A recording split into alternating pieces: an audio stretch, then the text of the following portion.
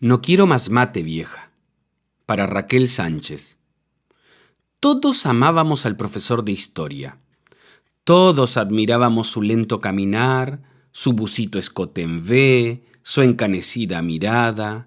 Aunque sus clases fueran las más aburridas del mundo, aunque su eterno dictado nos durmiera, su memoria recostada al pizarrón nos llenaba de ternura. Yo soy de la era del hielo, muchachos, pero todavía no me descongelé, decía, y todos nos moríamos de amor.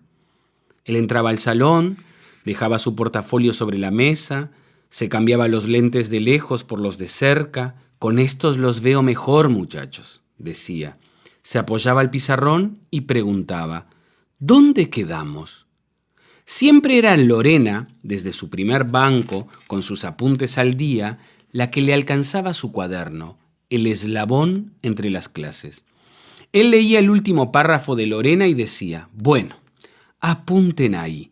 Y empezaba un dictado lento pero perfecto que duraba hasta que sonaba el timbre.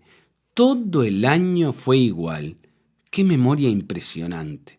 Tras las murallas de la ciudad sitiada aguardaban las tropas españolas.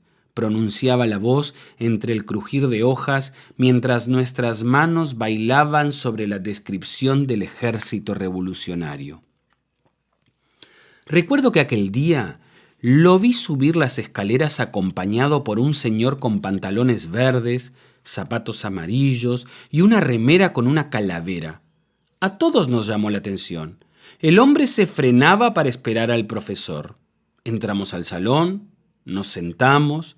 Entonces, el profe lo presentó como el inspector que venía de la capital. Este tomó la palabra y mencionó algo sobre que venía a evaluar al docente, y no a nosotros, y que actuáramos como en una clase normal.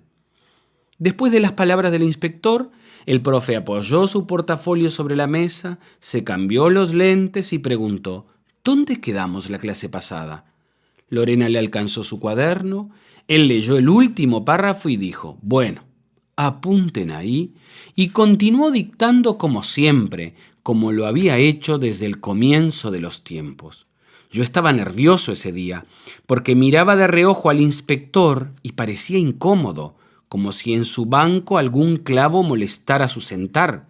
Escribía apurado en una libreta como si tuviera miedo de que la idea se le borrara antes de llegar a la hoja y no paraba de sacudir la cabeza como diciendo no y no. A la clase siguiente, cuando vimos al profe subiendo las escaleras, nos llamó la atención de que en una mano cargara un radiograbador. Entró al salón, dejó el portafolio y la radio sobre la mesa, se cambió los lentes, desenrolló el cable del aparato. Lorena lo ayudó a encontrar el enchufe. Cuando lo encendió, escuchamos el sonido lluvioso de las radios mal sintonizadas. Perdón, dijo, tengo que acostumbrarme. Metió la mano en el portafolio y sacó un cassette. Abrió despacito la tapa, lo puso en el grabador, pero antes de apretar play, el Tato preguntó, «Profe, ¿cómo le fue con el inspector?» El profesor de historia nos miró. Parecía cansado. El pelo canoso, las arrugas en la frente. La scripta nos había dicho que tenía casi 70 años y que hacía tiempo que estaba por jubilarse. «No me fue muy bien», dijo. «Según el inspector, me tengo que modernizar, muchachos. Debo aprender a usar las nuevas tecnologías para captar sus intereses. Por eso traje este grabador».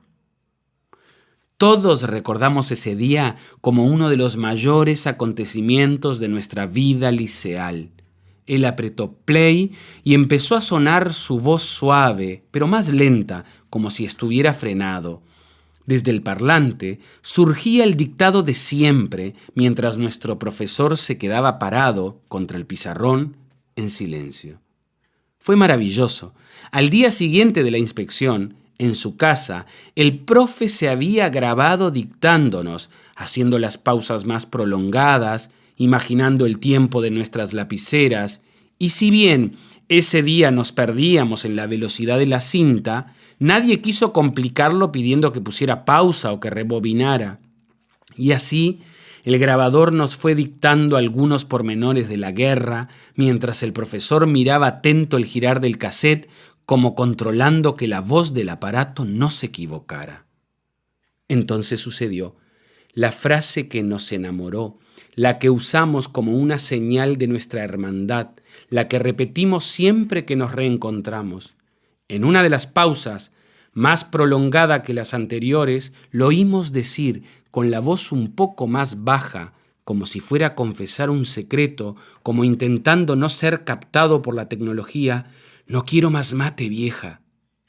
Todos empezamos a reír una risa de ternura al imaginar a nuestro abuelo frente al grabador, mientras su esposa, sentada al lado, casi invisible, haciendo silencio para no interrumpir su clase, le cebaba mate.